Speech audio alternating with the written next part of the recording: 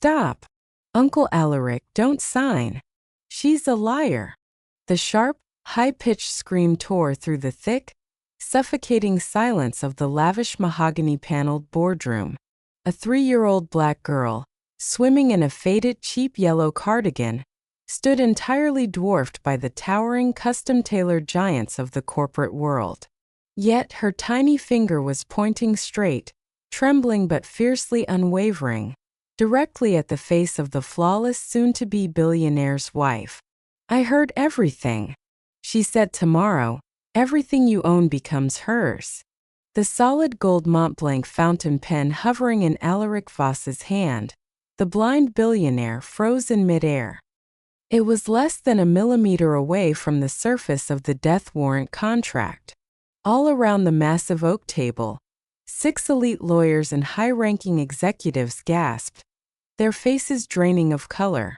These were the self-proclaimed apex predators of society, men and women who had collectively chosen to stay dead silent, ready to carve up the lucrative meat of a stolen billion-dollar empire. But it was Celeste Blackwood, the woman with breathtaking beauty sitting intimately close to Alaric, whose reaction shifted the temperature of the room. Her triumphant, honey-sweet smile shattered into a million jagged pieces. The elegant mask of the devoted fiancé slipped, exposing something vicious, raw, and terrifyingly ugly beneath. She shot up from her leather chair, her manicured hands slamming against the table as she hurled the cheapest, most venomous glare at the little girl. "Security! Where the hell is security?" Celeste shrieked, her voice cracking with sudden desperate rage. "Who let this filthy maid's brat into this wing? Drag her out of here immediately. Does this room look like a playground for the bottom-feeding trash of the staff quarters?" Wait, before you scroll away or click to another video. The heart-stopping scene you just witnessed isn't a script from a Hollywood thriller. Welcome, beautiful people, back to BUZ Story. I am here to tell you the most visceral, the most unapologetically real, and the most triumphant stories about human nature. Real quick, drop a comment right now and tell me, where in the world are you watching this video from? I read every single one of your comments, and honestly, feeling connected to you guys across different countries and time zones never ever gets old. If stories about raw courage, undeniable karma, and the brutal truth of the world make you feel something deep in your chest, hit that subscribe button right now. Because the story I'm unfolding today is going to make you question absolutely everything you thought you knew. About trust, about love, about loyalty, and about the rotten, arrogant core of the people who call themselves the elites of our society. To truly understand how a 3-year-old child, the daughter of the lowest-ranking, most invisible cleaning woman in the entire estate, found the terrifying courage to throw away her fear and stand off against a pack of corporate wolves, we have to rewind the clock. We have to go back to the days when the sky above Alaric Voss's head was still painted in vibrant, visible light. Some people say that losing your sight is the absolute worst tragedy that can befall a human being. But what if losing your eyes was the only way the universe could finally show you the true, monstrous faces of the people sleeping right next to you? Alaric Voss was not born with a silver spoon in his mouth. He didn't have the prepackaged privileges, the trust funds, or the red carpet connections that the rest of the billionaires at his country club boasted about. Every single thing he owned, he built with his own 2 calloused hands, brick by heavy brick, year by grueling year. He moved through the business world with a quiet, stubborn determination that the old money elites often snickered at behind their champagne flutes, mocking him as a naive country dreamer. But by the time he blew out the candles on his 40th birthday, the name Alaric Voss had become an undeniable gravitational force. His corporate umbrella put food on the tables of thousands of families. Forbes magazine had dedicated double-page spreads to his genius. Morning news anchors dropped his name as the ultimate benchmark of self-made success. But if you actually bypassed the golden gates of the BUZ estate, if you asked the aging security guard at the front booth, if you asked the exhausted kitchen staff working in the underground prep rooms, or the gardener whose hands were perpetually stained with soil, they would paint a portrait of Alaric that no glossy magazine had ever managed to capture. He was a profoundly good man. Not the performative, fake kind of good that billionaires use for PR campaigns and tax write-offs. It was a kindness rooted deep in his marrow. It was the kind of kindness where a man holding $1 billion portfolio perfectly remembered the exact date the gardener's wife was going into surgery, making a point to sit down with him the following week just to ask how her recovery was going. It was the kind of kindness where he bypassed his own financial advisors to mandate that the HR department provide top-tier, zero-deductible health coverage for every single janitor and maid on the payroll. Not because the law forced his hand, but because he fundamentally believed that the people holding up the bottom of the pyramid deserved to be treated like human beings. And residing in the quietest, most overlooked shadows of that glittering world were Elian Hart and her daughter. Elian was a 29-year-old black woman, a single mother who scrubbed floors and dusted chandeliers for a living. To the aristocratic guests draped in $10,000 silk gowns who frequented the estate, Elian was entirely invisible. Or rather, they treated her like a mildly inconvenient piece of furniture. People wearing aprons did not have the right to look the elites in the eye. Elian constantly endured their sideways, disgusted glances. She noticed how the wealthy wives would aggressively spray extra designer perfume or physically pinch their noses when walking past the cleaning carts, as if the mere scent of the working class was a contagious, lethal disease. "Don't touch that Ming vase with your dirty hands, you couldn't pay for it with your entire miserable life," was the kind of venom Elian had to swallow down her throat on a weekly basis. So she learned to shrink herself. She worked in complete silence. She absorbed the clicks of their tongues and the rolling of their eyes, because she desperately needed this job to shelter the only treasure she had in this cold world. Her little girl Isla. Isla was 3. A tiny spark of life with large, round eyes that shone like midnight stars, chubby cheeks, and a halo of wild, untamed curls. Unlike the children of the wealthy who were stiffly pressed into fake, polite molds, Isla possessed a raw, innocent fearlessness, the exact kind of superpower that adults slowly lose as they grow up. She practically grew up navigating the hidden service corridors of the massive mansion. She knew the exact smell of the baking bread in the morning, and her giggles often echoed faintly near the laundry chutes. It was near a secluded garden fountain where Alaric Voss first met her. That afternoon, the intimidating CEO was power-walking while reading a stack of quarterly reports when he abruptly stopped. He spotted a tiny girl crouching in the dirt, entirely mesmerized by a small box turtle. Alaric did something in that moment that the arrogant elites in his circle would never stoop to do.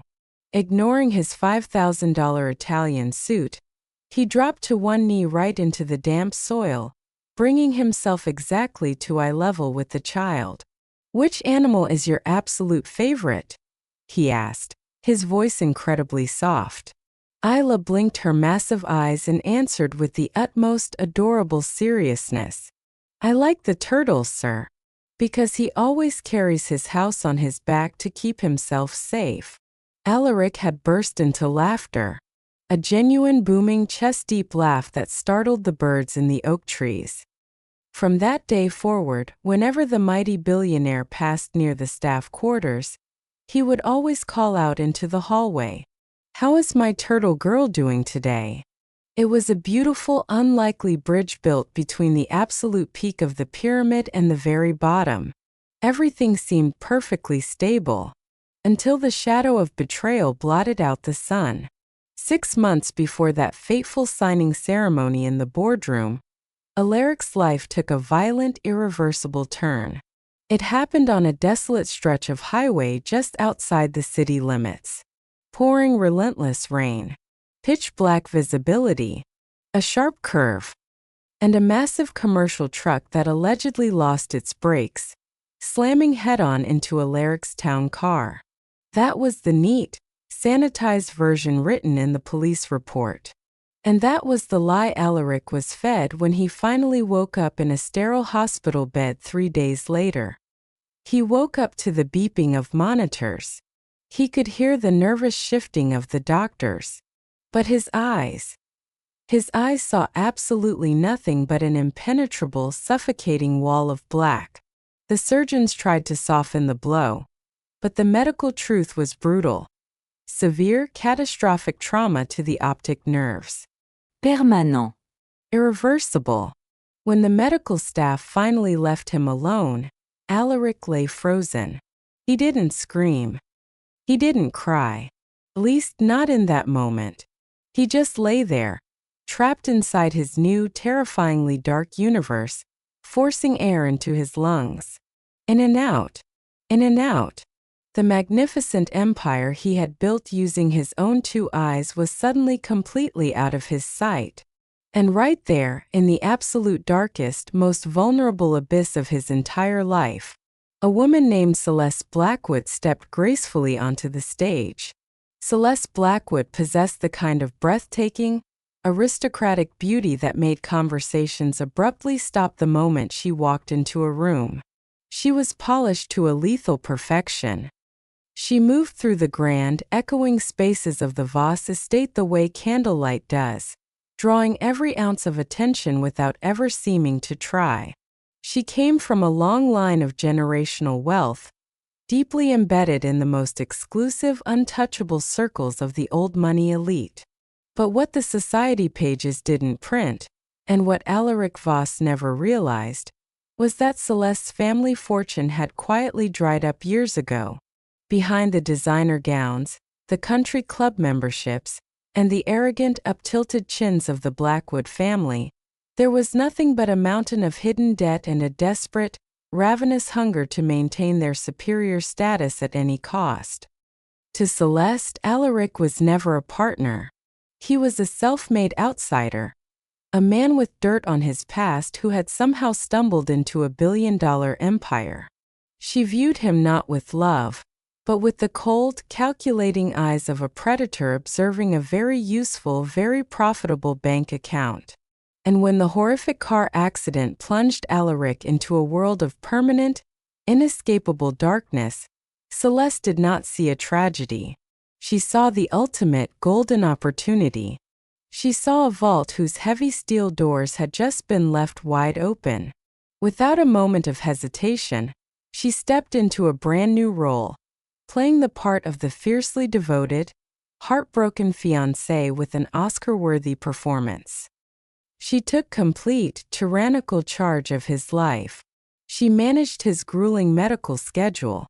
She sat intimately close to him during every single doctor's appointment, tightly holding his trembling hand whenever the horrifying reality of his blindness overwhelmed him.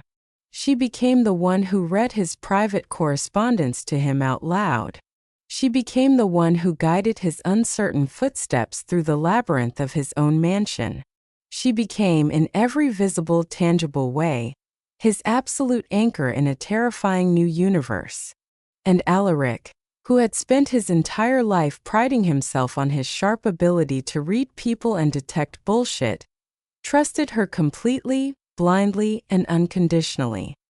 How could he not? She was right there every single day, her soft perfume cutting through the sterile smell of the hospital, her gentle voice assuring him that he was not alone. But what Alaric couldn't see was the terrifying reality of her face when he wasn't looking. He couldn't see the slight, sickening curl of her perfectly painted lips when she thought no one else was watching in the hospital room. He couldn't see the way her sharp, icy eyes rapidly scanned across the highly confidential financial documents scattered across his study, calculating, measuring, assessing the exact net worth of his vulnerability. When she guided him by the arm through the hallways, her voice dripping with honeyed concern. He couldn't see the look of absolute, sneering disgust she flashed at the staff members they passed. And that, of course, was exactly the suffocating trap she was relying on. Have you ever trusted someone so completely, so deeply, that the mere idea of doubting their intentions felt like a betrayal of your own soul? Have you ever handed someone the fragile, broken pieces of your life, completely unaware that they were quietly weighing those pieces on a scale to see how much they could sell them for? Because that was Alaric Voss, a genuinely good man, a trusting man, a man who had miraculously survived a near-fatal accident, completely unaware that he was now being gently, lovingly walked straight toward the edge of a jagged cliff. And the person tightly holding his hand was the very monster pushing him closer to the drop. They say the most dangerous, venomous kind of lie is the one wrapped tightly in the illusion of care. Because when a human being is hurting, when they are stripped of their defenses and lost in the dark, they will desperately reach for whoever feels safe. And Celeste Blackwood knew exactly how to manufacture the illusion of safety, while Alaric was still agonizingly learning how to navigate his new sightless reality. Learning which marble hallway turned to the left, which specific wooden step on the grand staircase creaked, and how to tell his morning coffee from his evening tea just by feeling the warmth radiating from the porcelain cup. Celeste was quietly, methodically, and ruthlessly building an entirely different architecture behind his back. Nobody in his inner circle saw the red flags at first. Why would they? In public, she was a living saint. She attended every high-stakes corporate board meeting securely at his side. She spoke eloquently on his behalf, with an aura of warmth and a perfectly rehearsed fake humility. She would graciously deflect any praise from the executives and immediately redirect all the glory back to Alaric, gently patting his arm. "I am just here to support the brilliant man I love," she would say to the flashing cameras of the financial press. But in private, within the suffocating walls of the Voss estate, the mask came off. Celeste had aggressively claimed a massive, secluded office on the east wing of the mansion. It was a room she had taken over early in her role as his caretaker, strictly forbidding anyone, especially the lower-class cleaning staff, from entering without her explicit permission. She slowly transformed that room into the nerve center of her fraudulent empire. The floor-to-ceiling mahogany bookshelves were soon packed with thick, confidential legal binders. Her massive oak desk was perpetually buried under asset transfer documents, offshore banking timelines, and complex corporate spreadsheets. She had purchased a second, untraceable encrypted phone that she used exclusively behind locked doors. Her private calendar was not marked with romantic dinner dates or wedding planning appointments. It was covered in aggressive blood-red ink detailing transaction deadlines, dummy corporation names, and the exact dates she planned to systematically drain his wealth. Her master plan had been simmering for months. It began with incredibly small, quiet, insidious moves. She started psychologically isolating Alaric from the very people who actually cared about him. Old loyal friends who called the house too often. Their calls were intercepted. Veteran business advisors who had helped him build his company and dared to ask too many pressing questions. They were abruptly locked out of his schedule. Family members who tried to visit the estate unexpectedly to check on his mental health. They were turned away at the massive iron gates. Celeste executed this isolation flawlessly, gracefully, and always armed with the perfect, undeniable excuse. "He is suffering from terrible migraines today," she would whisper mournfully into the phone. The neurosurgeons explicitly demanded absolute, uninterrupted rest. "He just isn't up for any stressful visitors right now. I'm sure you understand, for his sake." Little by little, day by agonizing day, the protective circle of genuine people around Alaric was severed. The walls closed in. The only voice he heard, the only reality he was fed was hers. But there was one group of people in the mansion that Celeste Blackwood didn't even bother to isolate him from. The service staff. The maids, the cooks, the janitors. To a woman born into generational arrogance like Celeste, people who scrubbed floors for a living were not actually human beings. They were ghosts. They were mindless machines completely incapable of comprehending the high-level corporate theft she was orchestrating. She treated Elian Hart and the rest of the staff with an open, breathtaking cruelty that she never dared to show when Alaric was in the room. When Alaric was upstairs resting, Celeste ruled the lower floors like a tyrant. She would drop her silk coats on the pristine marble floor, knowing Elian would scramble to pick them up.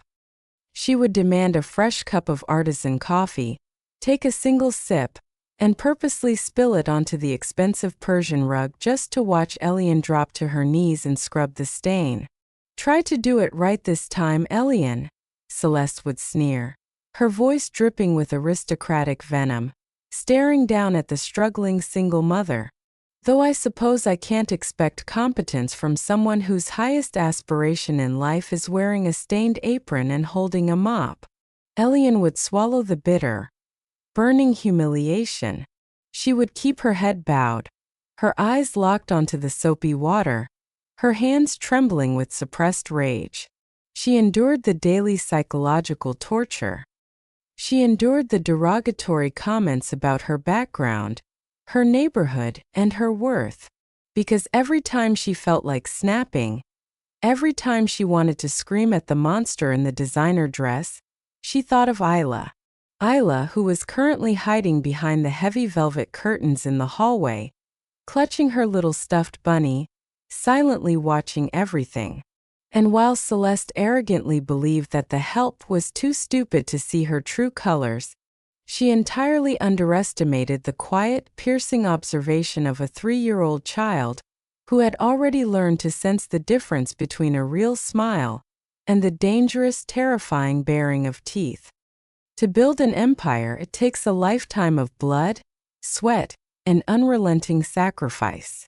But to steal an empire, you only need 3 things: a blinding vulnerability, a meticulously crafted lie, and the right accomplices who are just greedy enough to sell their own souls. Celeste Blackwood was a mastermind of manipulation, but even she knew she couldn't siphon a billion-dollar fortune completely alone. She needed people on the inside, people who understood the complex, heavily guarded labyrinth of Alaric's corporate structure. Enter Marcus Trent. Marcus was a senior legal counsel for one of the most prestigious law firms in the country. To the public, he was a brilliant, sharp-suited shark who commanded fear and respect in the courtroom. But behind his custom-tailored Tom Ford suits and his arrogant, silver-tongued charm, Marcus was drowning. A string of catastrophic, highly illegal offshore investments had left him buried under a mountain of hidden debt. He was exactly 3 months away from total financial ruin, public disgrace, and disbarment. Celeste smelled his desperation like a bloodhound tracking a wounded deer. She didn't invite him to a corporate office. She invited him to an exclusive, dimly lit VIP lounge at a private country club, a place where the membership alone cost more than what Elian Hart would make in 20 lifetimes of scrubbing floors. Marcus sat across from Celeste, nervously swirling a glass of expensive Macallan whiskey. "You're sweating, Marcus. It ruins the expensive suit," Celeste purred, leaning back into the plush velvet booth. Her eyes gleamed with predatory amusement. "Cut the games, Celeste. You didn't bring me here to critique my wardrobe," Marcus snapped, though his hands betrayed a slight, pathetic tremor. Celeste smiled, a slow, chilling curve of her perfectly painted lips. "I know about the Cayman accounts, Marcus. I know you're $4 million in the red. I also know that if the ethics committee finds out, you won't just lose your license. You will go to federal prison, and your wealthy wife will leave you before the ink on the indictment dries." Marcus turned ash-white. The oxygen seemed to vanish from his lungs. Before he could stammer a pathetic defense, Celeste slid a thick, unmarked manila folder across the mahogany table. "I'm not here to destroy you, darling. I'm here to offer you a lifeboat.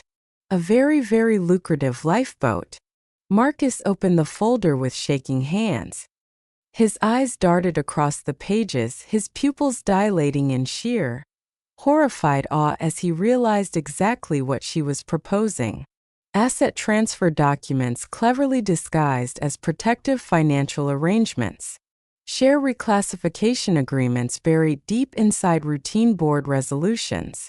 This is a complete hostile takeover of his personal wealth, Marcus whispered, his voice trembling.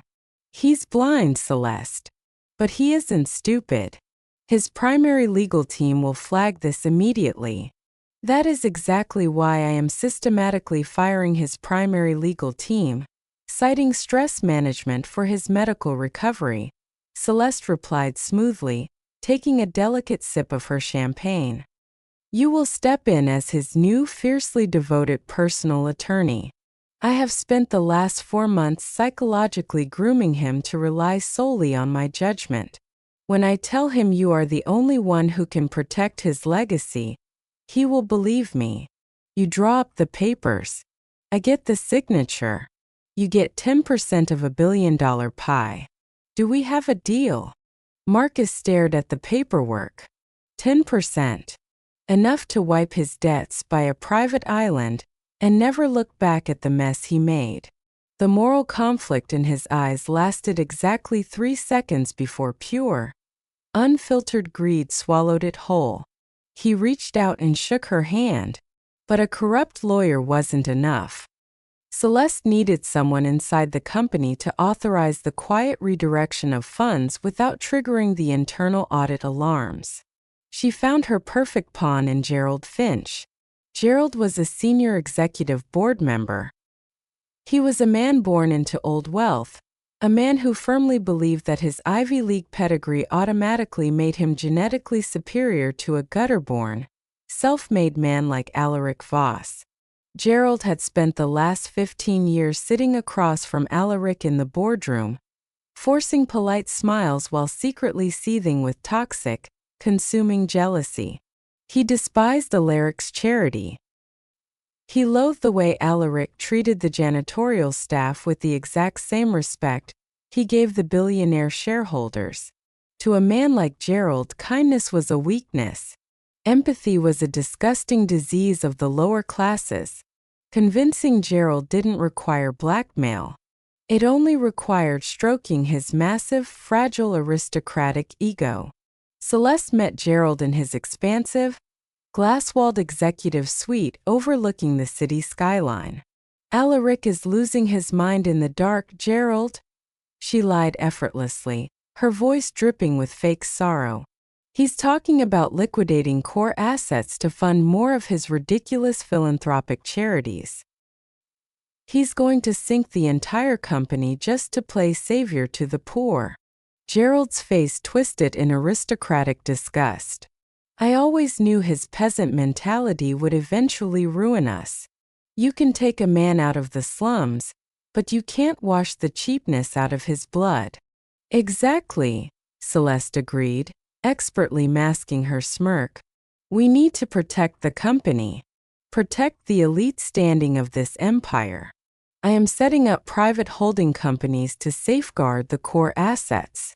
I need your executive override to bypass the standard auditing holds. Once I have his signature, the money moves quietly. And you will be named the new CEO once Alaric is deemed medically unfit to serve. The title of CEO. The ultimate, untouchable crown." Gerald's eyes practically glowed with malicious greed. "Consider the internal alarms disabled, Celeste. It's about time the adults took back the steering wheel." And just like that, the unholy trinity was fully formed. Together, the three of them built a structure of financial fraud so complex, so intricately layered, that on the surface it looked like standard, boring corporate housekeeping. They set up shell companies in jurisdictions where the sun never set and the banking laws never asked questions. They drafted authorization letters that, once signed, would instantly drain Alaric's personal accounts, transferring his life's work to entities that Celeste entirely controlled through untraceable third parties. It was an absolute masterpiece of white-collar evil, and the entire billion-dollar heist hinged on one singular moment. One stroke of a pen, one signature from a man who was trapped in total darkness, completely unable to read the death sentence he was signing. While this massive, devastating storm was brewing in the luxurious upper floors of the BUZ estate, down in the hidden, unglamorous service corridors, life continued in its grueling, invisible rhythm. Elian Hart scrubbed the imported marble floors until her knuckles bled. She kept her head down, desperately avoiding the venomous glares of Celeste and her newly acquired corporate accomplices who now frequently roamed the halls like they already owned the place. But Isla, little invisible Isla, was watching absolutely everything. Adults constantly make the fatal mistake of assuming that children are oblivious. They assume that because a child is small in stature, their understanding of the world is equally small. And the wealthy elites make an even deadlier mistake. They assume that a poor black child of a maid is practically a ghost, entirely unworthy of their attention, their caution, or their fear. Isla didn't understand the complex financial jargon. She didn't know what a shell company or an asset liquidation meant. But she understood energy. She understood the dark, sinister shift in the atmosphere of the house. She noticed that the funny, booming laugh of Mr. Voss, the kind man who used to crouch in the dirt to talk to her about turtles, had completely vanished. Now, when she secretly peeked at him from behind the giant oak doors of his study, he looked tragically shrunken. He sat in his heavy leather chair, staring blankly ahead into his world of shadows, his face etched with a profound, terrifying loneliness. He looked exactly like a man who was drowning in a room full of people. And Isla noticed something else. She noticed the way the pretty, elegant lady, Celeste, behaved when Mr. Voss couldn't see her face. When Celeste held his arm in the hallway, her voice was warm like hot chocolate. But the absolute second she turned her face away from him, her expression would snap into something freezing cold and terrifying, like a snake preparing to strike its blind prey. Isla saw the sneers. She saw the secret, knowing glances exchanged between Celeste, the sweating lawyer Marcus, and the mean executive Gerald. She saw the way they moved around the blind man, entirely silent, communicating through nods and malicious smirks, practically dancing a victory jig around his vulnerability.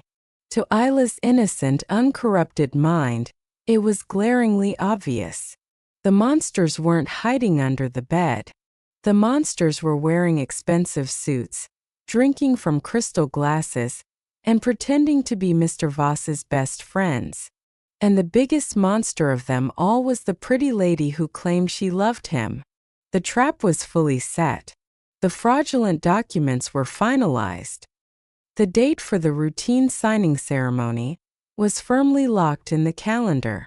Celeste Blackwood had calculated every single variable. She had accounted for the lawyers, the bankers, the board members, and the press. She genuinely believed she had orchestrated the perfect, untraceable crime. There was only one tiny 3-year-old variable that her arrogance completely failed to account for. A little girl who was about to play a game of hide-and-seek that would bring a billionaire's empire crashing down on top of her. The days leading up to the final signing ceremony were entirely suffocating. Inside the Voss estate, the atmosphere grew so thick and tense that it felt as though the oxygen was being slowly sucked out of the grand, echoing hallways. To the outside world, everything appeared perfectly normal. The manicured lawns were pristine. The fountain bubbled cheerfully in the sunlight. But inside, the mansion had quietly transformed into a predator's lair. Celeste Blackwood was no longer just acting as a caretaker. She was parading around as the undisputed queen of an empire she had not yet legally stolen. The closer she got to the finish line, the more her toxic, arrogant true nature began to leak out, staining every interaction she had with the staff. She was drunk on the anticipation of her impending absolute power. And when deeply insecure, cruel people taste power, they immediately look for someone weaker to crush beneath their expensive heels. For Celeste, that target was Elian Hart. Elian represented everything Celeste despised. She was working class. She was black. And worst of all, in Celeste's twisted mind, she existed in the same breathing space as the elites without demonstrating the proper, groveling terror that a maid ought to possess. 2 days before the scheduled boardroom meeting, Celeste orchestrated a masterclass in psychological torture. It was mid-afternoon. Elian was quietly polishing the massive crystal chandelier in the grand foyer, balancing precariously on a tall wooden ladder. Her hands ached, her muscles burned, but she wiped every crystal prism meticulously, trying to remain as invisible as possible. Celeste walked into the foyer, her high heels clicking sharply against the imported Italian marble, like the ticking of a terrifying clock. She stopped directly at the base of the ladder, looking up at Elian with eyes that resembled shattered ice. "You missed a spot," Celeste stated smoothly, her voice a lethal quiet purr. Elian froze. "I'm sorry, Miss Blackwood. I will go over it again immediately." "Of course you will," Celeste sneered, taking a slow, predatory step closer to the ladder. "But honestly, I shouldn't be surprised. It must be incredibly difficult for someone of your background to understand the concept of true cleanliness. You people are so used to living in filth, aren't you? It practically clings to your skin." The racial undertone wasn't even hidden. It was proudly paraded. It hung in the air, heavy, disgusting, and deliberately cruel. Elian's heart hammered against her ribs. Her jaw clamped shut so tightly her teeth ached. She gripped the polishing cloth, her knuckles turning white. The urge to scream, to climb down that ladder and slap the aristocratic smirk off Celeste's flawless face, was almost blinding. But Elian couldn't. If she spoke back, she would be fired instantly.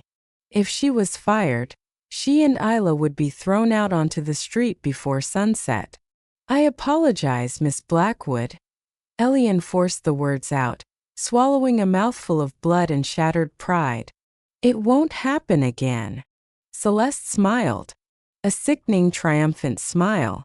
She loved the taste of Elian's subjugation. "See that it doesn't. Because starting tomorrow there will be massive changes in this house. And the very first thing I plan to do is clear out the trash." Celeste spun on her heel and walked away, leaving Elian trembling on the ladder, hot tears of sheer, helpless rage streaming silently down her face. But Elian was not the only one in the foyer. Tucked behind the heavy velvet drapes near the grand staircase, a pair of large dark eyes had witnessed the entire brutal exchange. Isla, the 3-year-old girl, clutched her worn-out stuffed bunny tightly against her chest. She didn't understand the complex socio-political dynamics of class warfare or racial discrimination, but she understood cruelty. She understood that the pretty lady had just made her strong, beautiful mother cry. A quiet, profound sense of determination, something incredibly rare and potent in a child so young, settled into Isla's chest. The pretty lady was bad. She was hurting her mother. And she was hiding something from Mr. Voss, the kind man who laughed about turtles. The very next afternoon, just 24 hours before the billion-dollar heist was set to be finalized, destiny intervened in the form of a child's game. Isla was playing hide-and-seek with herself. It is a game that only makes perfect sense when you are 3 years old, possessing a boundless imagination and a terrifying lack of fear. She was on a mission to find the absolute most secret, untouchable hiding spot in the entire mansion. Her tiny feet, clad in worn-out sneakers, padded silently across the thick Persian carpets. Without realizing it, she wandered away from the designated staff zones. She crossed the invisible, forbidden boundary line into the East Wing. The East Wing was completely off-limits to the cleaning staff unless explicitly summoned. It was silent, heavily shadowed, and smelled intensely of expensive leather and Celeste's suffocatingly sweet jasmine perfume. Isla crept down the long corridor, her eyes wide, taking in the towering mahogany doors. At the very end of the hall, one door was left slightly ajar. Just a crack, barely 2 inches wide. It was Celeste's private, heavily guarded office. Isla approached the door like a tiny mouse navigating a snake's den. She didn't mean to spy. She just thought the dark sliver of space behind the heavy door looked like the ultimate hiding spot. She pressed her small back against the cool wall right next to the crack, holding her breath, waiting for her imaginary seeker to walk past. But instead of silence, a voice sliced through the gap in the door. It was Celeste. But it wasn't the sweet, honey-coated voice she used when holding Alaric's arm. It wasn't even the cold, arrogant voice she used to demean Elian. This voice was entirely unhinged. It was sharp, frantic, and dripping with malicious, unrestrained greed. She was on her encrypted burner phone, pacing the floor like a caged panther. "I don't care about the secondary audit, Marcus," Celeste hissed into the receiver. "You and Gerald just make sure the board members are completely pacified. Keep them drinking the expensive champagne and talking about golf." Isla blinked, clutching her stuffed bunny. She stood perfectly still, her ear inches from the gap.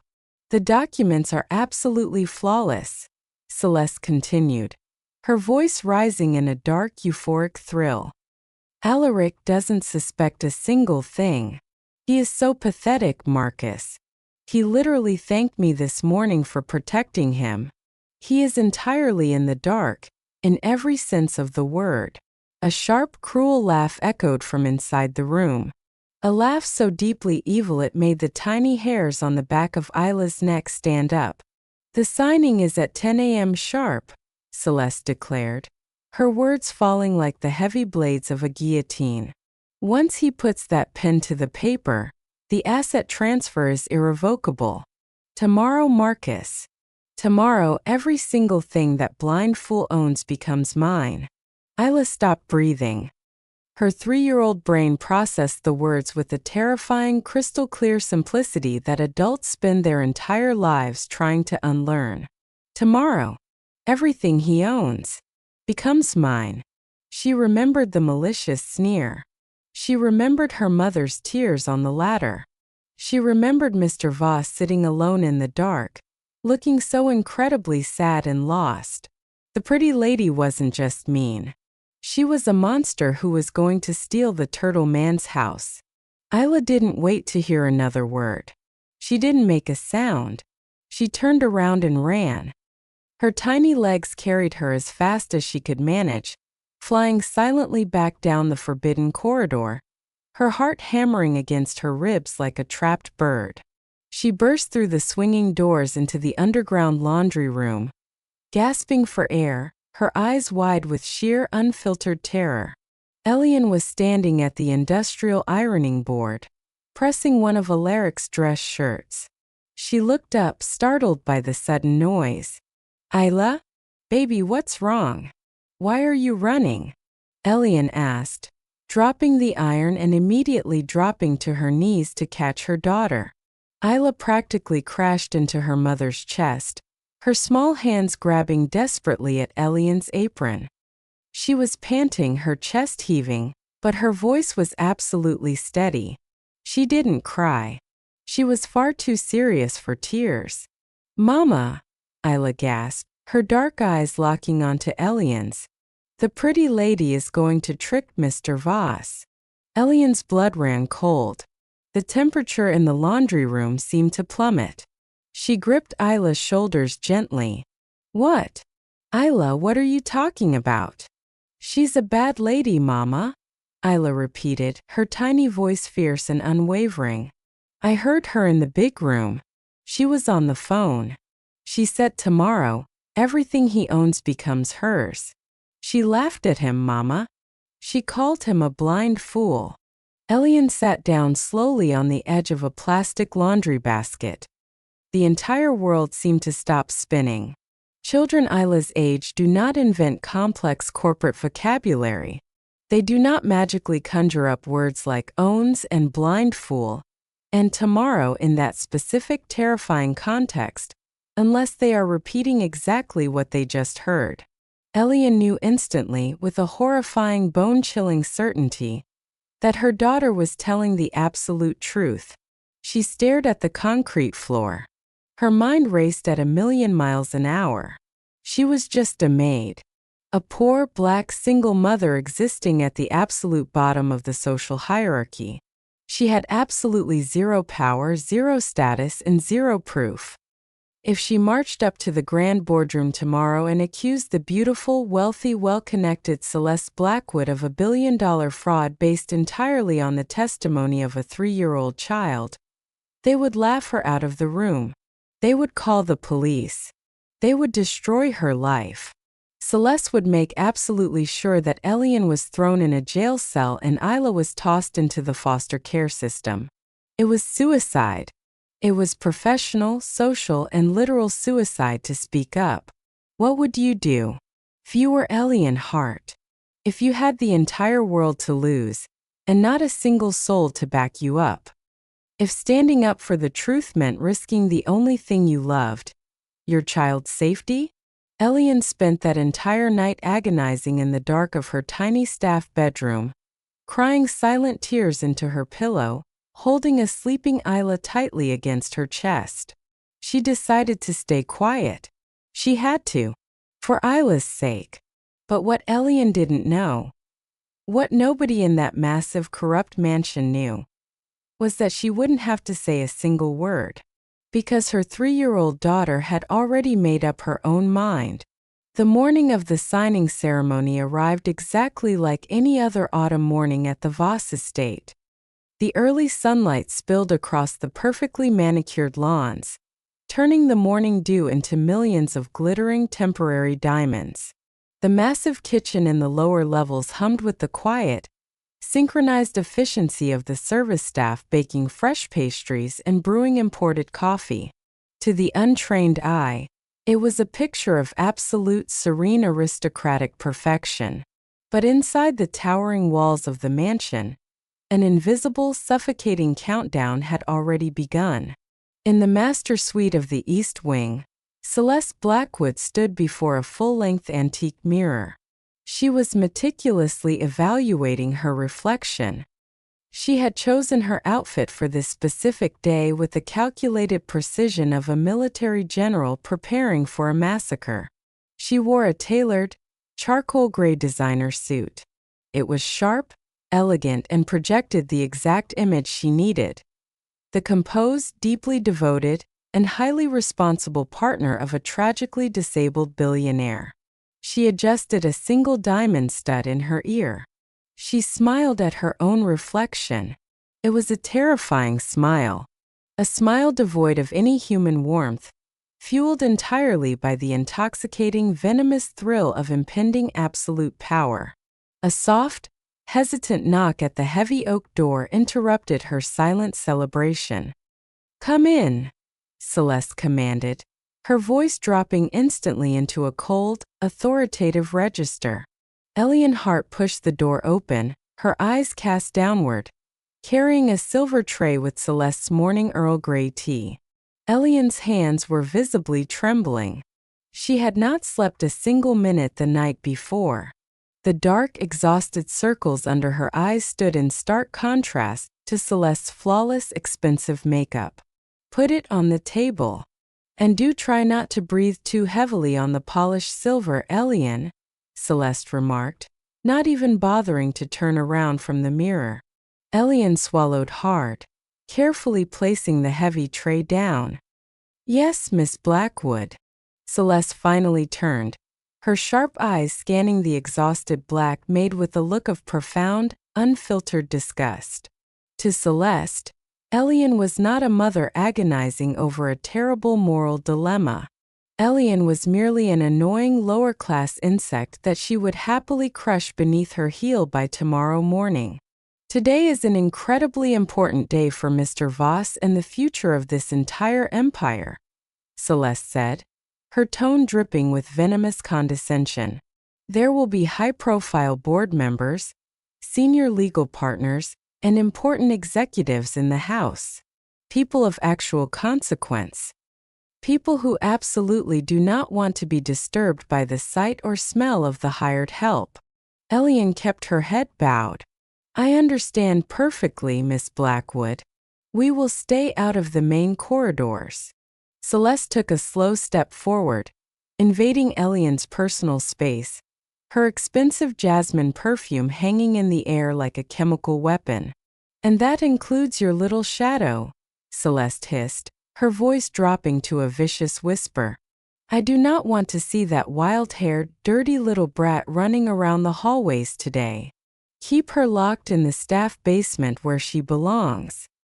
If she ruins this aesthetic, Elian, I will personally see to it that you are both thrown out onto the street with nothing but the cheap clothes on your backs. Do we have a clear understanding?" Elian's fingernails dug so deeply into her own palms that they almost drew blood. The urge to scream the truth, to rip the mask off this monster's face, burned in her throat like battery acid. But she thought of Isla. She thought of the absolute, crushing power this woman wielded. "Yes, ma'am. Perfectly clear," Elian whispered, her voice completely hollow. She backed out of the room, leaving the predator to her final preparations. Downstairs, the grand boardroom was already being prepped for the slaughter. Marcus Trent, the corrupt, debt-ridden lawyer, was the first to arrive.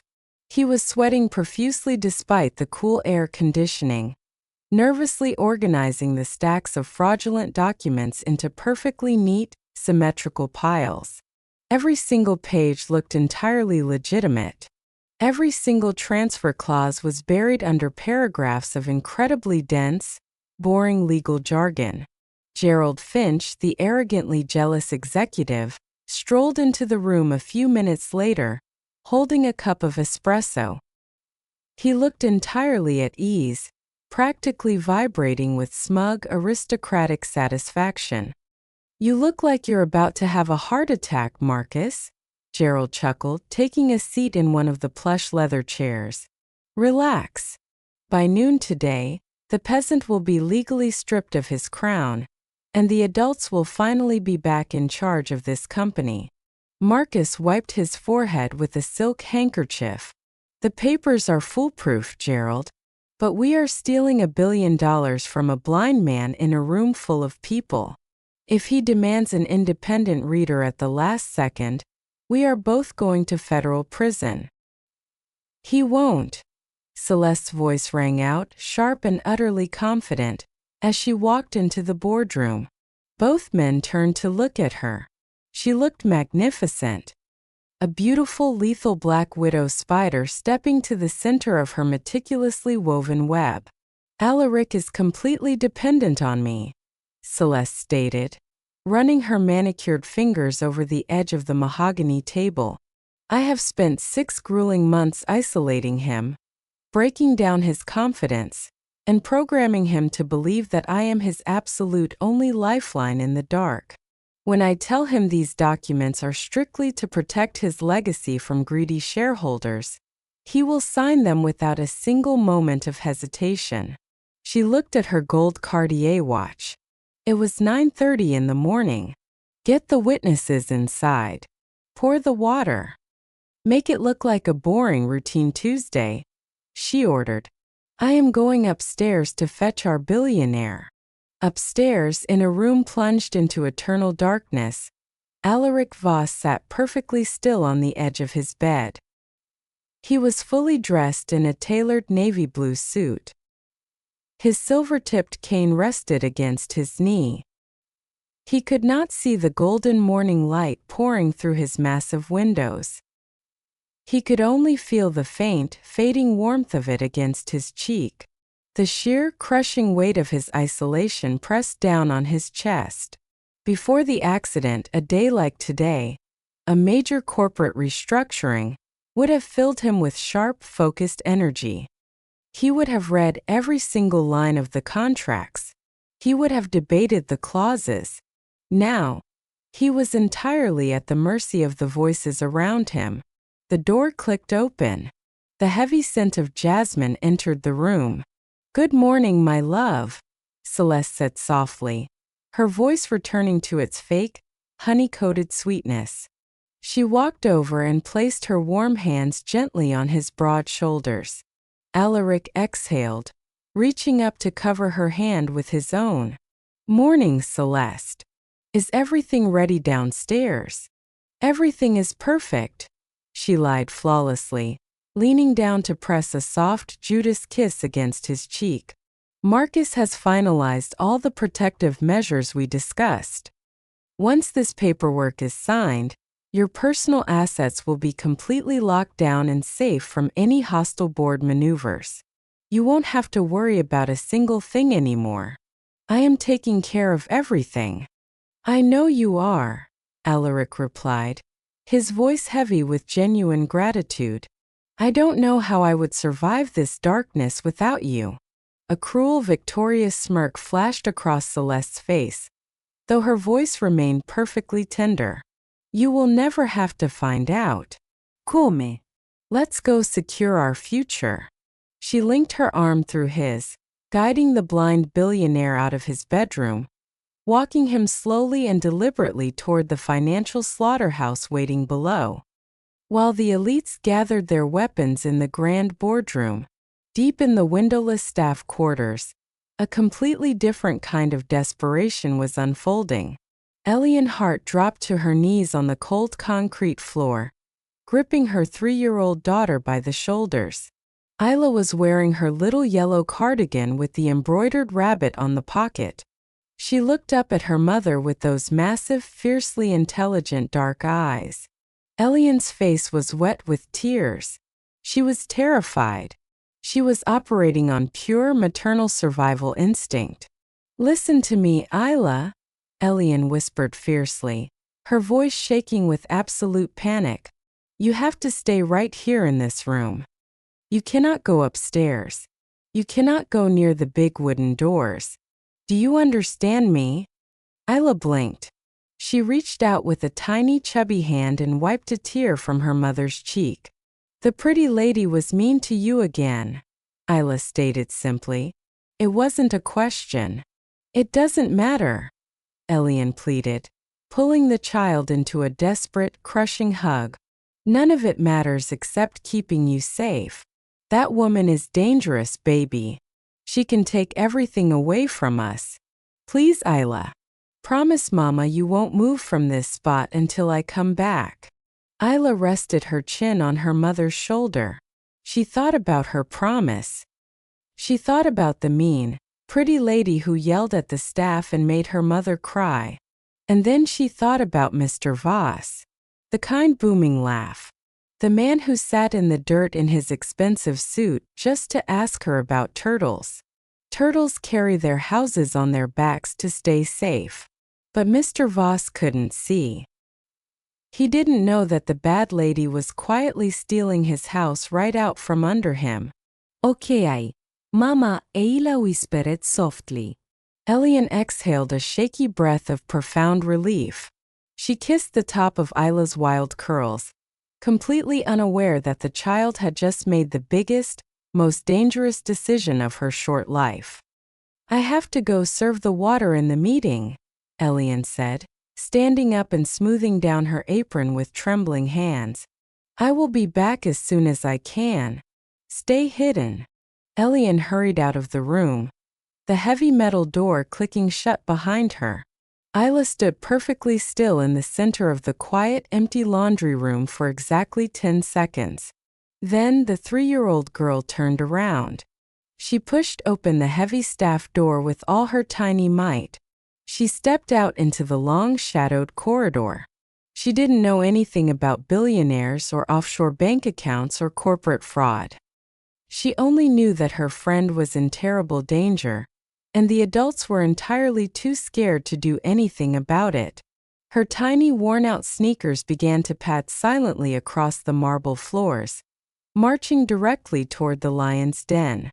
The journey from the underground, windowless staff quarters to the opulent east wing of the BUZ estate felt like crossing an invisible, heavily guarded border between two entirely different universes.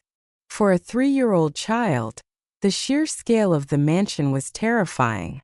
The ceilings were impossibly high, vaulted and painted with intricate frescoes of old-money aristocratic triumphs. The long corridors were lined with towering marble pillars and massive, intimidating oil portraits of wealthy men and women who seemed to stare down at Isla with cold, judging eyes. Her tiny, worn-out sneakers sank into the thick, imported Persian runners that muffled her footsteps completely. She was a tiny speck of vibrant life, a little black girl in a faded, cheap yellow cardigan, marching alone through a cold, sterile fortress built on billionaire pride. She didn't know the exact way to the boardroom, but she didn't need a map. She simply followed the heavy scent of expensive jasmine perfume and the low, echoing murmur of arrogant voices. Meanwhile, inside the grand boardroom, the trap had been perfectly, flawlessly set. The atmosphere in the room was so thick with unspoken greed that it practically choked the air. 12 people sat around the massive, custom-built mahogany table. Elite lawyers in custom-tailored Tom Ford suits. Senior executive board members wearing Rolex watches that cost more than Elian Hart would earn in 20 lifetimes. These were the self-proclaimed apex predators of the corporate world.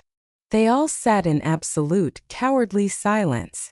Some of the executives in the room genuinely believed Celeste's lie that this was merely a routine restructuring to protect the company. But others, the sharpest sharks in the room, knew exactly what was happening. They could read the hidden clauses in the paperwork. They knew they were watching the hostile, cold-blooded financial assassination of a blind man. But they said absolutely nothing, because in the high-stakes world of the elite, morality is an incredibly cheap commodity. As long as their own stock options were protected, they were perfectly willing to sit back and watch Alaric Voss be slaughtered. Alaric sat at the absolute head of the table. He was drowning in the darkness, completely reliant on his other senses.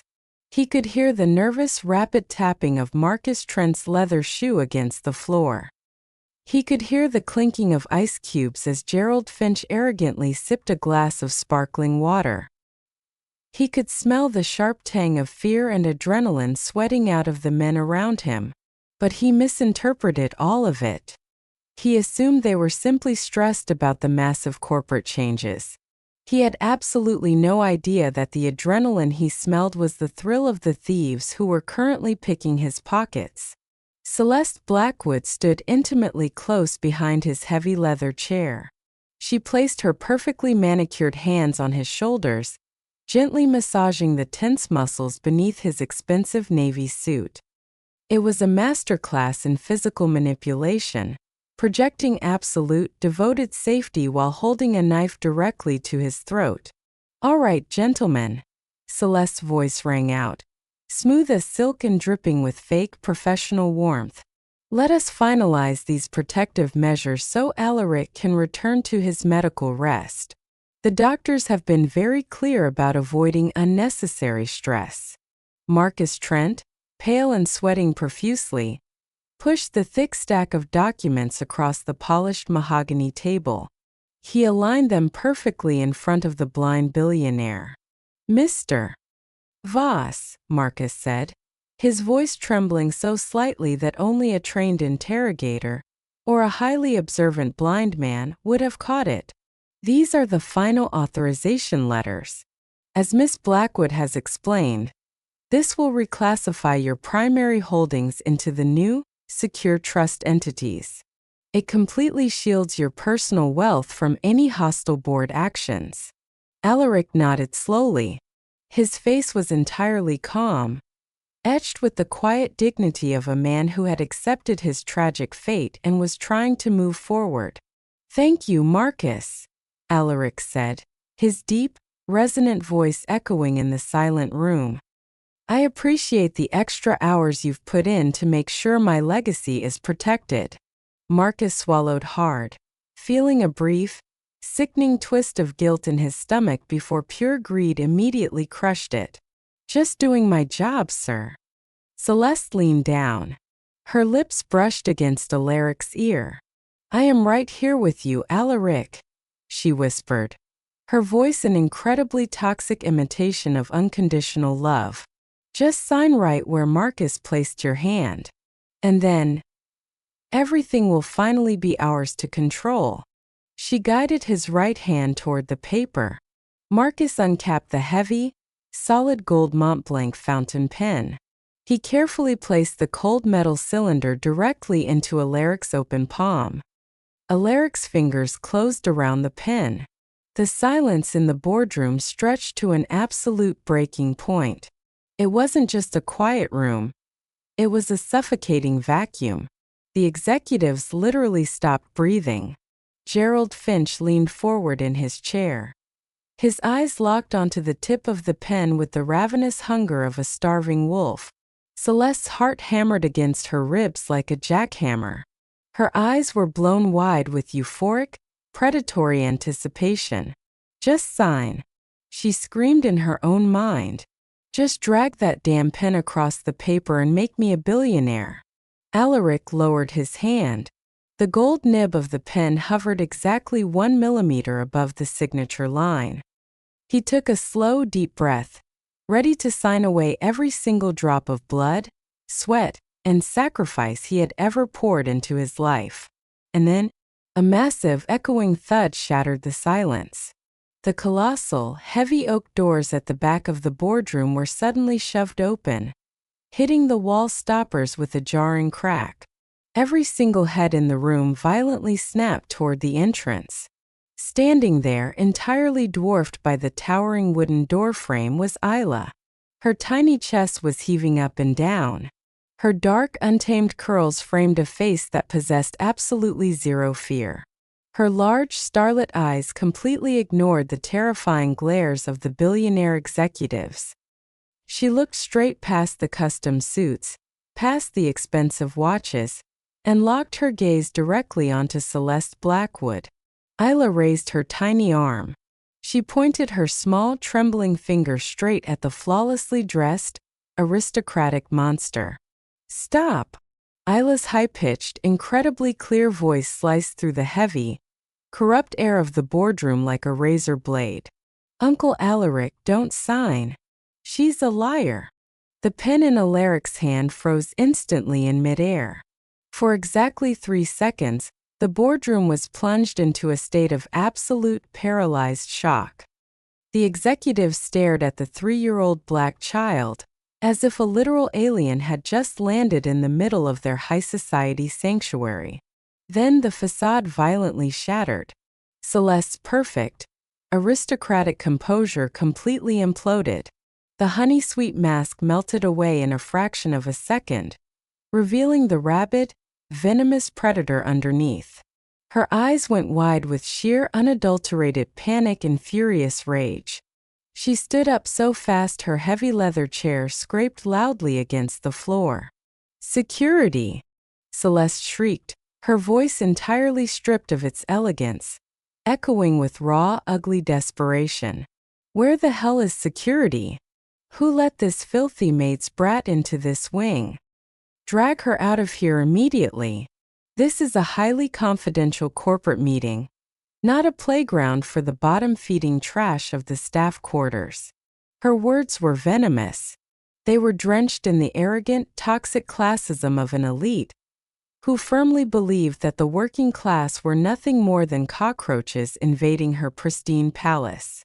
2 junior executives immediately stood up, practically scrambling to follow the future billionaire wife's aggressive orders, stepping toward the little girl. Cháu nghe thấy hết rồi. Isla didn't back down. She didn't cry. She stood her ground, her voice ringing out with the fierce, absolute clarity that only an innocent child possesses. I heard you in the big room on the phone.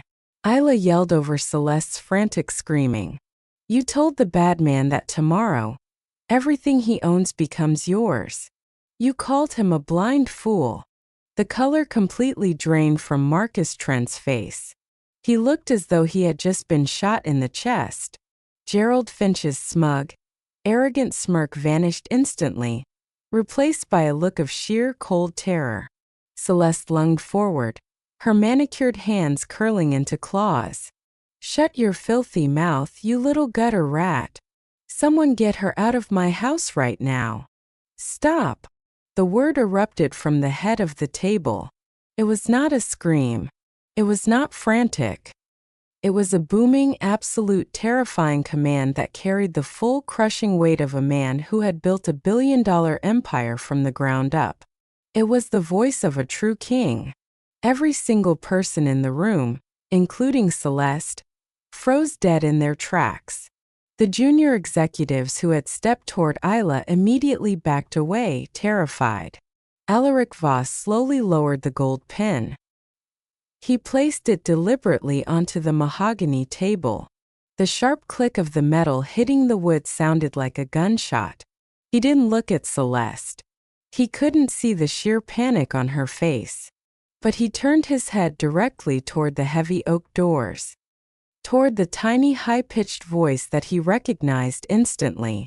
The dense, suffocating fog of manipulation that Celeste had wrapped around his brain for the past 6 months had just been violently pierced by a single tiny ray of truth. Alaric sat perfectly straight.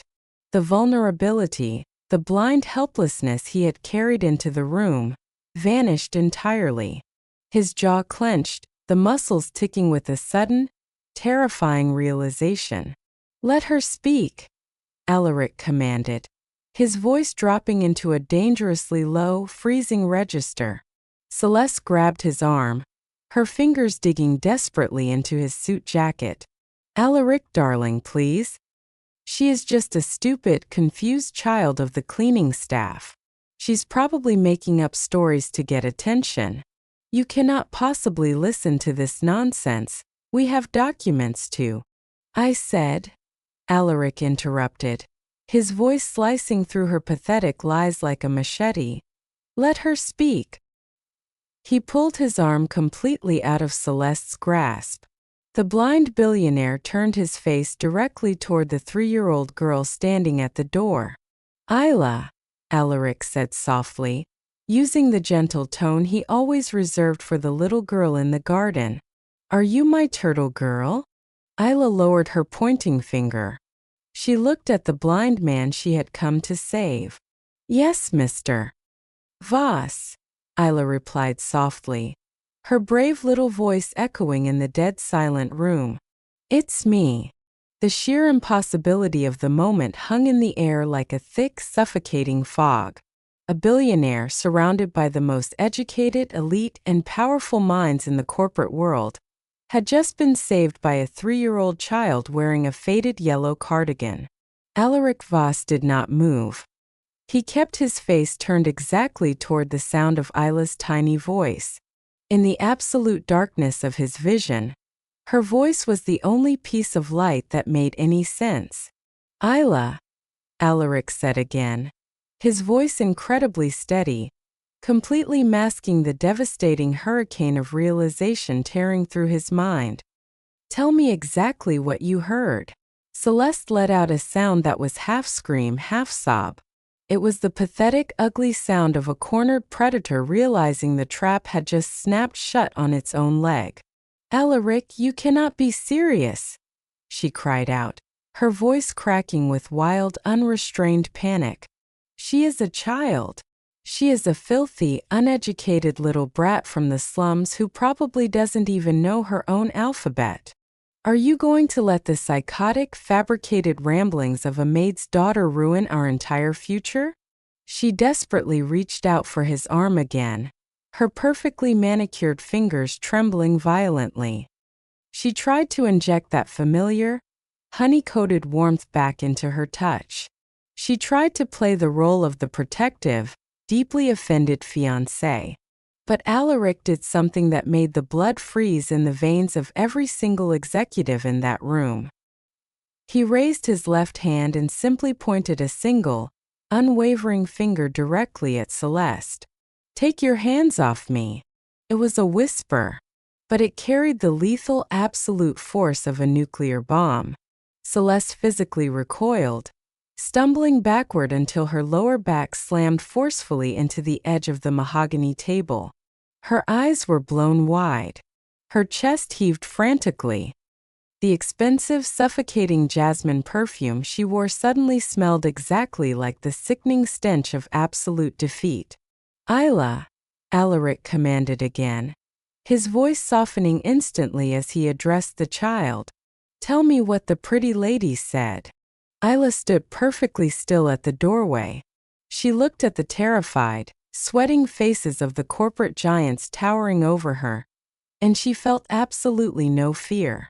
She possessed the terrifying, unfiltered honesty of a child who had not yet been corrupted by the world's greed. "She was on her phone, Mr. Voss," Isla stated clearly, her high-pitched voice ringing off the vaulted ceiling. "She said tomorrow, everything he owns becomes mine. She said the papers were perfect. She called you a blind fool, and then she laughed a really mean laugh." Every single word from the 3-year-old fell like a heavy, executioner's blade onto the polished table. Children do not possess the psychological capacity to invent complex, context-specific corporate lies of that magnitude. They do not magically conjure up words like owns and papers in a completely coherent sequence. They only repeat the exact, undeniable truth of what they observe. Alaric sat in his heavy leather chair, the devastating reality crashing over him in massive, agonizing waves.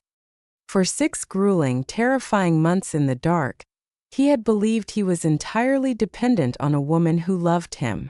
He had believed the soft touches, the sweet whispers, the gentle guidance through the dark hallways of his own home. He had handed over the fragile, broken pieces of his existence to her.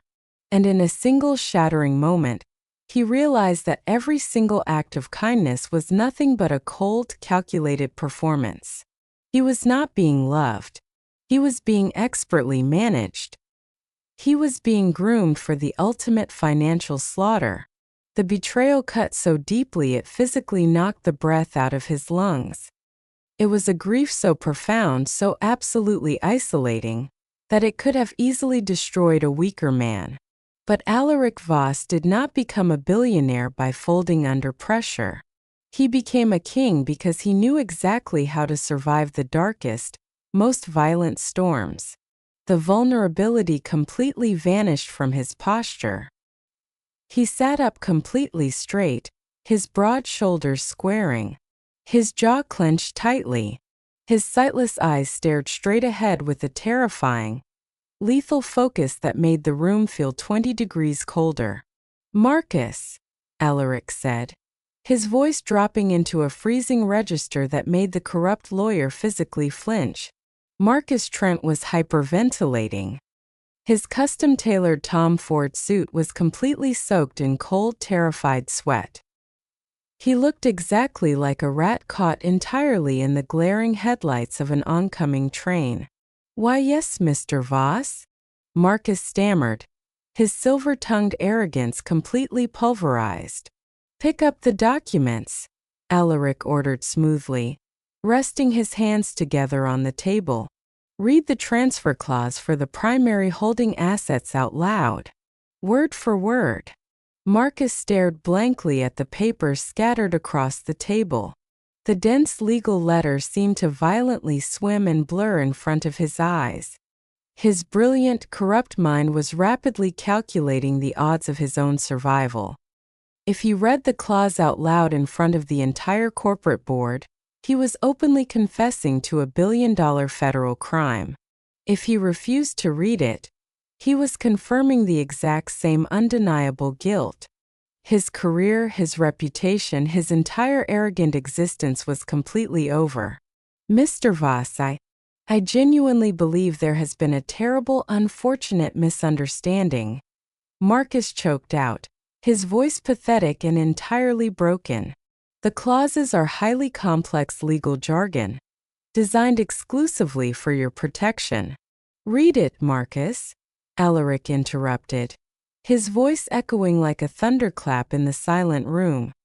Or I swear to God, I will have the federal authorities tear your entire life apart before the sun goes down. Gerald Finch, the arrogantly jealous executive who had desperately wanted the CEO title, suddenly pushed his leather chair violently back.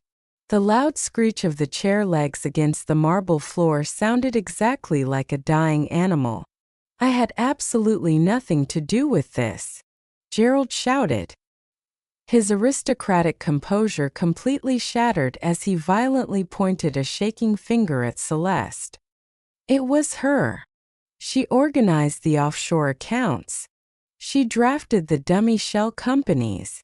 She manipulated the internal audit schedules behind my back. The grand boardroom erupted into absolute, terrifying chaos. There is truly no honor among thieves, especially elite, white-collar thieves who wear $10,000 watches. The absolute moment the ship began to sink, the rats violently turned on each other, desperately clawing over one another for a single lifeboat. Celeste's face turned a horrifying, sickly shade of ashen gray. She looked at Gerald with a level of pure, murderous hatred that could have melted solid steel. You spineless, pathetic coward! She screamed at him, her flawless, angelic beauty completely distorted by an ugly, ravenous rage. You eagerly signed the authorization overrides. You wanted the CEO chair. You are just as guilty as I am. Alaric simply sat there in the dark, perfectly still. He listened to the magnificent, beautifully tragic sound of the untouchable elite violently tearing each other to pieces. The impenetrable billion-dollar fortress of their fraud had just been completely demolished, and it was all torn down by a single tiny stone thrown by a little black girl from the staff quarters. He slowly reached out his right hand across the table. His fingers brushed against the solid gold Montblanc pen. He picked it up, feeling the cold, heavy metal in his palm. And then, with a single deliberate, powerful motion, he snapped the expensive pen completely in half. The sharp, violent crack silenced the screaming room instantly. Black ink bled across the fraudulent documents, staining the white paper exactly like dark blood. Security, Alaric said quietly, pressing a hidden emergency button located underneath the mahogany table. Within exactly 5 seconds, the heavy oak doors were pushed open entirely. Four massive, heavily armed security guards stepped into the room, their eyes rapidly scanning the chaotic scene. Lock down the entire estate, Alaric ordered, his voice cold, absolute, and utterly devoid of mercy. Nobody leaves this room. Call the federal authorities. And call my independent legal team. He slowly stood up from his chair, relying entirely on his own strength, refusing to use his silver-tipped cane. He turned his face directly toward the spot where Celeste was currently shaking, her breathing shallow and frantic. You thought I was a blind fool, Celeste? He whispered, his voice carrying clearly across the dead silent room. But the only fool in this room is the arrogant monster who actually thought she could steal an empire in the dark. The journey from the underground, windowless staff quarters to the opulent east wing of the Voss estate felt like crossing an invisible, heavily guarded border between two entirely different universes. For a 3-year-old child, the sheer scale of the mansion was terrifying. The ceilings were impossibly high, vaulted and painted with intricate frescoes of old money aristocratic triumphs. The long corridors were lined with towering marble pillars and massive, intimidating oil portraits of wealthy men and women who seemed to stare down at Isla with cold, judging eyes. Her tiny, worn-out sneakers sank into the thick, imported Persian runners that muffled her footsteps completely. She was a tiny speck of vibrant life, a little black girl in a faded, cheap yellow cardigan, marching alone through a cold, sterile fortress built on billionaire pride. She didn't know the exact way to the boardroom, but she didn't need a map. She simply followed the heavy scent of expensive jasmine perfume and the low, echoing murmur of arrogant voices. Meanwhile, inside the grand boardroom, the trap had been perfectly, flawlessly set. The atmosphere in the room was so thick with unspoken greed that it practically choked the air. 12 people sat around the massive, custom-built mahogany table. Elite lawyers in custom-tailored Tom Ford suits. Senior executive board members wearing Rolex watches that cost more than Elian Hart would earn in 20 lifetimes.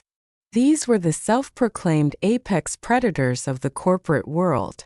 They all sat in absolute, cowardly silence.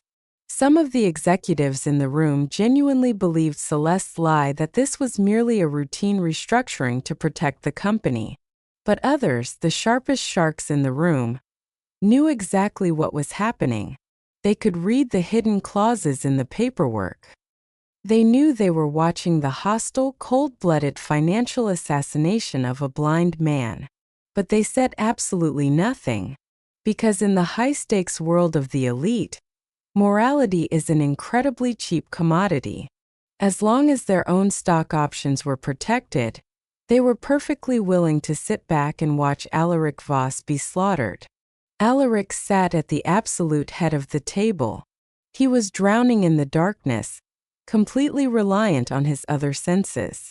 He could hear the nervous, rapid tapping of Marcus Trent's leather shoe against the floor. He could hear the clinking of ice cubes as Gerald Finch arrogantly sipped a glass of sparkling water. He could smell the sharp tang of fear and adrenaline sweating out of the men around him, but he misinterpreted all of it. He assumed they were simply stressed about the massive corporate changes. He had absolutely no idea that the adrenaline he smelled was the thrill of the thieves who were currently picking his pockets. Celeste Blackwood stood intimately close behind his heavy leather chair. She placed her perfectly manicured hands on his shoulders, gently massaging the tense muscles beneath his expensive navy suit. It was a masterclass in physical manipulation, projecting absolute, devoted safety while holding a knife directly to his throat. "All right, gentlemen," Celeste's voice rang out, smooth as silk and dripping with fake professional warmth. "Let us finalize these protective measures so Alaric can return to his medical rest. The doctors have been very clear about avoiding unnecessary stress." Marcus Trent, pale and sweating profusely, pushed the thick stack of documents across the polished mahogany table. He aligned them perfectly in front of the blind billionaire. "Mr. Voss," Marcus said, his voice trembling so slightly that only a trained interrogator or a highly observant blind man would have caught it. "These are the final authorization letters. As Miss Blackwood has explained, this will reclassify your primary holdings into the new, secure trust entities. It completely shields your personal wealth from any hostile board actions." Alaric nodded slowly. His face was entirely calm, etched with the quiet dignity of a man who had accepted his tragic fate and was trying to move forward. "Thank you, Marcus," Alaric said, his deep, resonant voice echoing in the silent room. "I appreciate the extra hours you've put in to make sure my legacy is protected." Marcus swallowed hard, feeling a brief, sickening twist of guilt in his stomach before pure greed immediately crushed it. "Just doing my job, sir." Celeste leaned down. Her lips brushed against Alaric's ear. "I am right here with you, Alaric," she whispered. her voice an incredibly toxic imitation of unconditional love. Just sign right where Marcus placed your hand. And then, everything will finally be ours to control. She guided his right hand toward the paper. Marcus uncapped the heavy, solid gold Montblanc fountain pen. He carefully placed the cold metal cylinder directly into Alaric's open palm. Alaric's fingers closed around the pen. The silence in the boardroom stretched to an absolute breaking point. It wasn't just a quiet room. It was a suffocating vacuum. The executives literally stopped breathing. Gerald Finch leaned forward in his chair.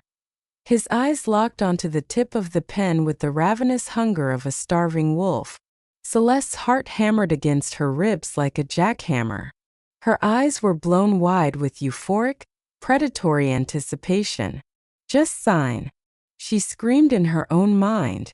Just drag that damn pen across the paper and make me a billionaire. Alaric lowered his hand.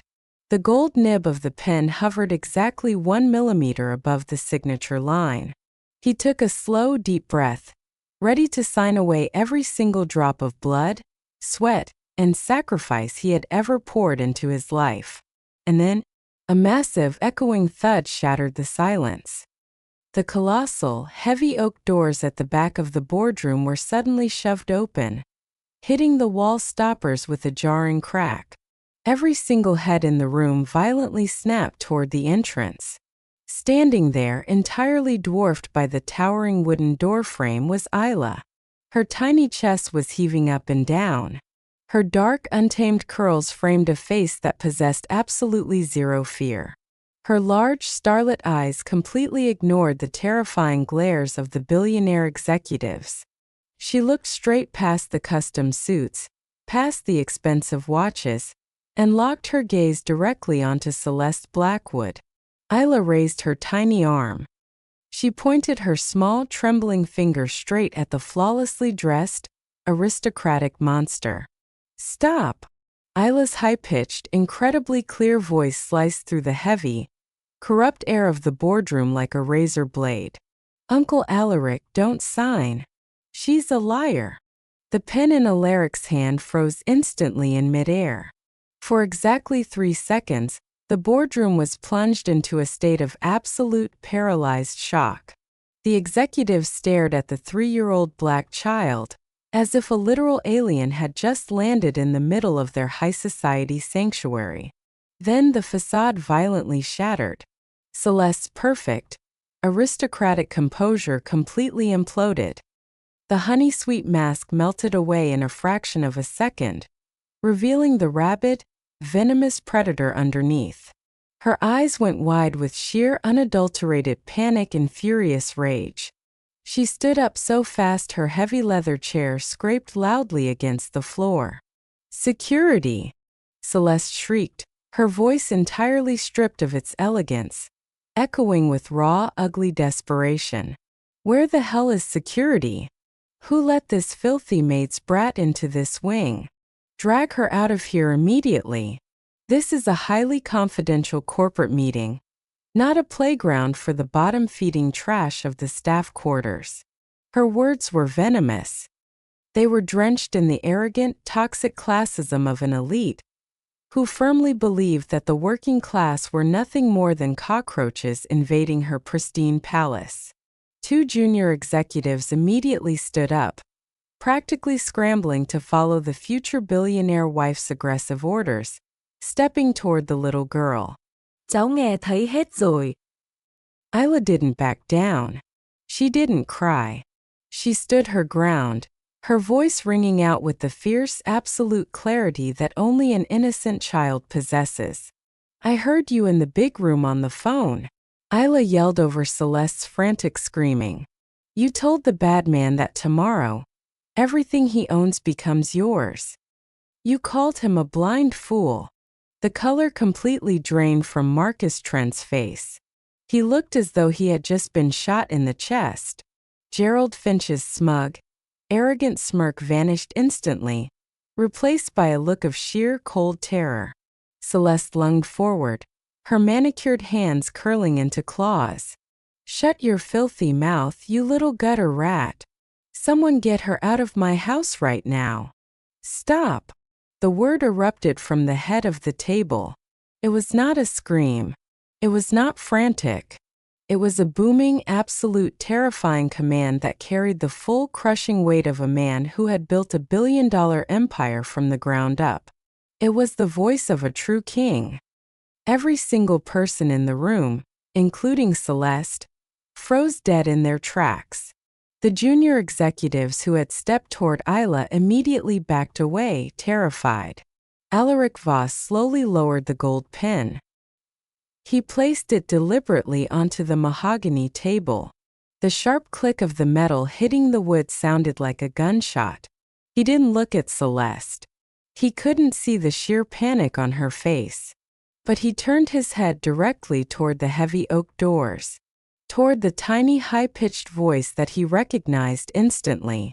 The dense, suffocating fog of manipulation that Celeste had wrapped around his brain for the past 6 months had just been violently pierced by a single tiny ray of truth. Alaric sat perfectly straight. The vulnerability, the blind helplessness he had carried into the room, vanished entirely. His jaw clenched, the muscles ticking with a sudden, terrifying realization. "Let her speak," Alaric commanded, his voice dropping into a dangerously low, freezing register. Celeste grabbed his arm, her fingers digging desperately into his suit jacket. "Alaric, darling, please. She is just a stupid, confused child of the cleaning staff. She's probably making up stories to get attention. You cannot possibly listen to this nonsense. We have documents to." "I said," Alaric interrupted, his voice slicing through her pathetic lies like a machete, "let her speak." He pulled his arm completely out of Celeste's grasp. The blind billionaire turned his face directly toward the 3-year-old girl standing at the door. "Isla," Alaric said softly, using the gentle tone he always reserved for the little girl in the garden. "Are you my turtle girl?" Isla lowered her pointing finger.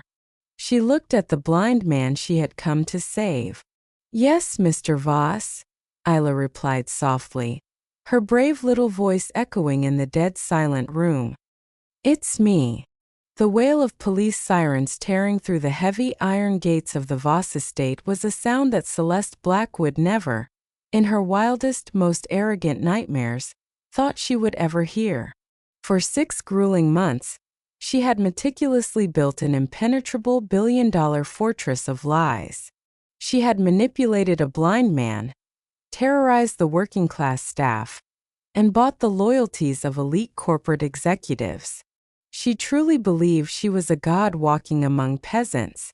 But every fortress has a foundation, and when that foundation cracks, the entire structure violently collapses. The federal authorities stormed the grand boardroom less than 20 minutes after Alaric snapped the solid gold Montblanc pen. They did not come quietly. They moved with the swift, unforgiving efficiency of a tactical unit, responding to massive corporate treason. Celeste was physically dragged out of her plush leather chair. The flawless, aristocratic mask she had worn for so long completely disintegrated, revealing the terrified, pathetic monster underneath.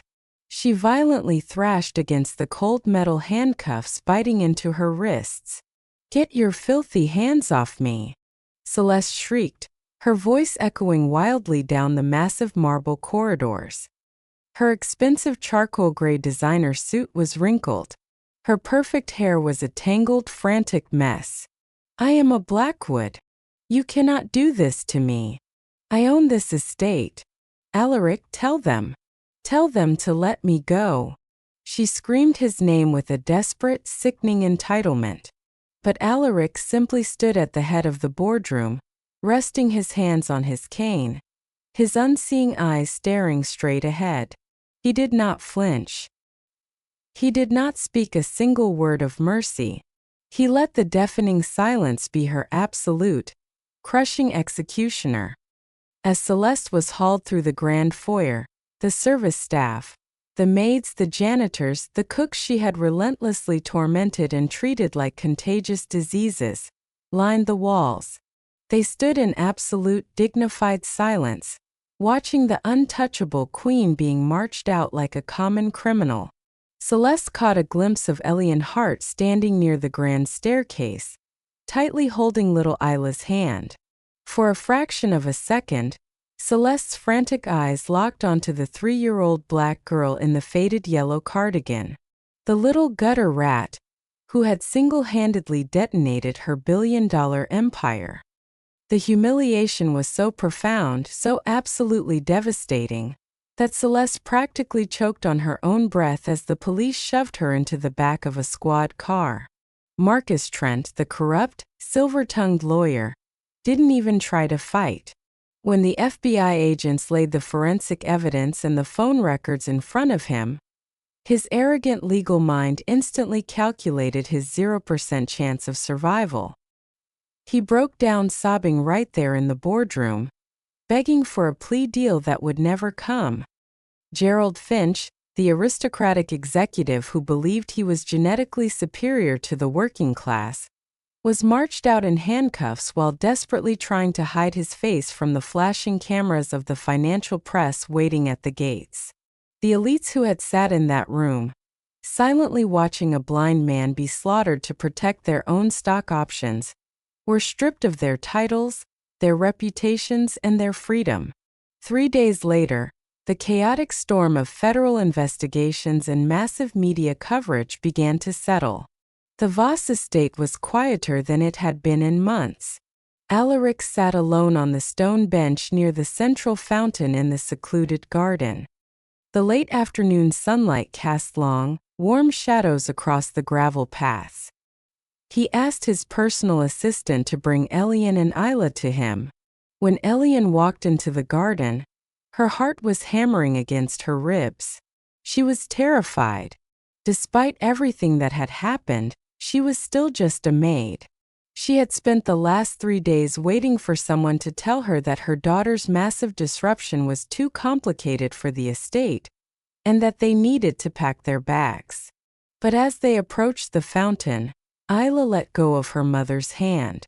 The 3-year-old walked right up to the billionaire, her tiny sneakers crunching on the gravel, and stood completely fearless before him.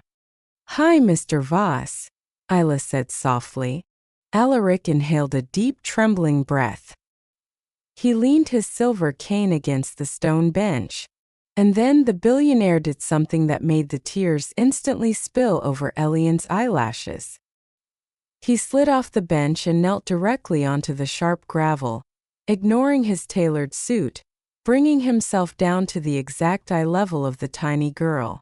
"Isla," Alaric said, his deep voice cracking with an overwhelming, profound wave of raw emotion. It wasn't the voice of a CEO. It was the voice of a broken man who had been miraculously pulled back from the edge of the abyss. "There were 12 adults in that room," Alaric whispered, a single tear slipping from his unseeing eyes. "Lawyers, executives, geniuses with Ivy League degrees. Every single one of them saw the truth, and every single one of them chose to stay quiet. But you saw the truth and you were brave enough to scream it, even when no one wanted to listen." Isla tilted her head, her dark, starry eyes looking at him with absolute innocence. "I didn't want the bad lady to steal your house," she replied simply. "Turtles need their houses to stay safe." Alaric let out a wet, genuine laugh, the first real sound of joy he had made in 6 agonizing months. He reached out blindly, and Isla immediately stepped forward, wrapping her tiny arms securely around his neck. He held on to her like she was the absolute most precious thing in the entire world. Because in that moment she was. Alaric stood up and turned his face toward Elian, who was quietly sobbing near the fountain. "Elian," he said, his voice regaining its firm, absolute authority, but laced with profound respect. "You raised a hero, and heroes do not scrub floors in my house." That afternoon, Alaric Voss completely rewrote their destiny. He established an unbreakable, fully funded, multimillion-dollar educational trust in Isla's name, guaranteeing that she would attend any top-tier school and university she ever dreamed of, entirely paid for. He gave Elian a permanent, high-ranking administrative position within his philanthropic foundation, along with a beautiful, fully paid-off home just outside the city. He ensured that neither of them would ever have to lower their heads to the arrogant elite ever again. What this story leaves behind is not just the satisfying image of a venomous gold digger rotting in a federal prison cell. It is the image of a 3-year-old child who walked into a room full of powerful, intimidating adults and completely shattered their corrupt reality with the absolute truth. She didn't have money. She didn't have status. She just had a heart that hadn't yet been taught to stay quiet. Now, before you click away from this video, I need you to stop and listen to me. I want to ask you a very real, very uncomfortable question. I want you to step directly into Elian Hart's worn-out shoes for just 1 second. You are a single mother. You live in a windowless basement. You are entirely at the mercy of arrogant billionaires who could destroy your life with a single phone call. You know a massive crime is happening. You know a blind man is being robbed. But if you speak up, you risk being thrown out onto the freezing street. You risk losing the only food you can provide for your 3-year-old child. If you stay quiet, you keep your job and your child stays safe. What would you actually do? Would you have the terrifying, suicidal courage to fight for justice? Or would you close your eyes, bow your head, and turn a blind eye just like those cowardly executives in their expensive suits? Be brutally honest with yourself. Drop your answer in the comments below right now. I will be reading every single one of them. If this story made your blood boil and your heart race, smash that like button and subscribe to BUZ Story. We expose the rawest, most brutal truths of the world here. Stay brave, stay honest, and I will see you in the next story.